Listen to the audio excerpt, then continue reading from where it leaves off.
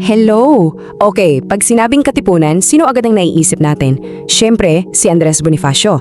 Siguro si Emilio Jacinto. Pero alam nyo ba na may isa pang pangalan na kasama nilang nagtatag nito? Isang pangalan na parang basta na lang nawala sa mga libro ng kasaysayan. Ngayon, pag-usapan natin siya. Kilalanin natin ang tahimik na haligi ng himagsikan. So, unang bahagi, ang nakalimutang tagapagtatag. Simulan natin sa pagtuklas sa isang taong tila iniwan sa anino ng kasaysayan. Isipin niyo to, gabi ng July 7, 1892. Sa isang maliit na bahay sa Azcárraga, may tatlong lalaking nagsimula ng isa sa pinakamahalagang kilusan sa buong kasaysayan ng Pilipinas. Dalawa sa kanila, sikat, alam na alam natin kung sino sila. Ang tanong, sino yung pangatlo? Sa isip ng marami, dalawang pangalan ang laging lumulutang, si Andres Bonifacio at si Teodoro Plata. Pero tingnan nyo, may isa pang espasyo dyan, may question mark, may puwang. Sino nga ba yung kumukumpleto sa trio na nagsindi ng apoy ng revolusyon? At yan ang sagot sa tanong natin, Ladislao Diwa. Isang Caviteño, siya yung pangatlong tao sa kwartong yon. Ang kasamang tagapagtatag na madalas, siya yung missing piece sa puzzle ng katipunan. At ang kwento niya, yan ang bubuksan natin ngayon. Okay, so paano ba ang isang clerk, isang nagtatrabaho sa korte, ay naging isa sa mga arkitekto ng revolusyon? Yan ang ating ikalawang bahagi.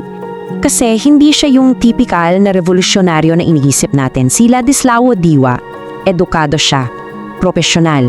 Ang trabaho niya, clerk sa isang korte noong panahon ng Kastila.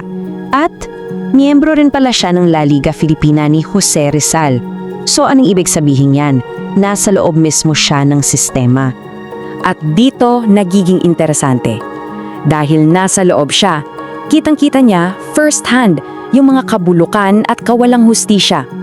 Araw-araw, saksi siya kung paano niloloko at inaapi ang mga kapwa niyang Pilipino.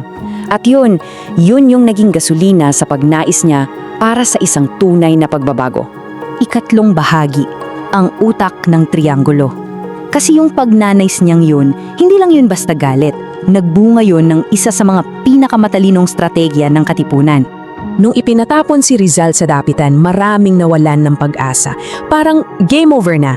Pero si Dinua, kasama si Bonifacio, hindi sila sumuko. At dito niya naisip yung napakagaling niyang ambag, ang sistemang trianggulo. Ito yung sikretong paraan nila para makapag-recruit ng mga miyembro. Napakasimple pero napakatalino ng sistema.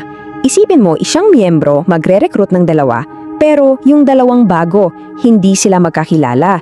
Kaya kung may isang mahuli, dalawang tao lang ang alam niyang kasama niya. Hindi buong network ang malalantad. Ang galing, di ba?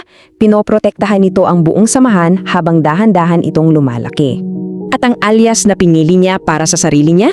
Baliti. Hango sa puno na kilala sa tibay. At napaka-perfect nito sa kanya.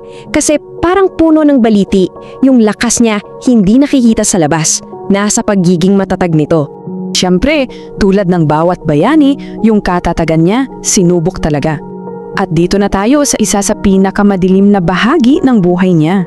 Sa kabila ng lahat ng pag-iingat, nahuli ring si Diwa. At saan siya kinulong?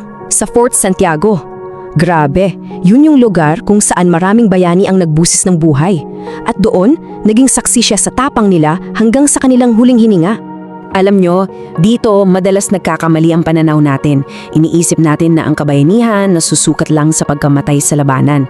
Pero ipinapakita ng kwento ni Diwa na may ibang klase ng lakas. Ang tunay na lakas, hindi yan laging maingay. Minsan, nasa tahimik na paninindigan yan na magpatuloy, anuman ang mangyari. Kitang-kita dito sa timeline yung katatagan niya. Hindi natapos ang kwento niya sa kulungan ha. Nung nakalaya siya noong 1897, anong ginawa niya? Nagpahinga? Hindi. Bumalik siya agad sa Cavite. Sumabak ulit sa laban. Walang sukuan. At dito na tayo sa huling bahagi. Ano nga ba talaga ang pamana ni Baliti? Ano yung ugat ng contribution niya? Pinakita niya sa atin na ang isang revolusyon, hindi lang yan tungkol sa tapang sa giyera. Kailangan ito ng utak sa pagpaplano. Kailangan ng galing sa organisasyon. At higit sa lahat, kailangan ng isang pusong hindi marunong sumuko kahit dumaan pa sa pinakamatinding pagsubok. At para sa akin, ito ang pinakamagandang paraan para alalahanin siya. Kung ang revolusyon ay isang malaking puno, Hindi siya yung katawan o yung mga dahon na nakikita ng lahat. Siya yung mga ugat, malalim, matibay at tahimik na nagbibigay lakas at buhay sa lahat. Kasi isipin nyo, kung walang ugat, babagsak ang buong puno. So, dyan tayo magtatapos. Ang kwento ni Ladislao Diwa ay nagiiwan sa atin ng isang mahalagang tanong. Sa bawat sikat na bayani, ilang tahimik na bayani pa kaya ang nasa likod nila? Yung mga taong kasing halaga lang contribution pero hindi lang natin nabibigyan ng pansin. Siguro, panahon na para hanapin din natin ang mga kwento nila. Kung nagustuhan mo ang kwentong ito, huwag kalimutang i-like ang video, mag-subscribe at i-on ang notification bell para sa iba pang alamat at kwentong bayan. I-share mo rin ito para mas marami pang Pilipino ang makaalala ng kagandahan ng ating mga kwento.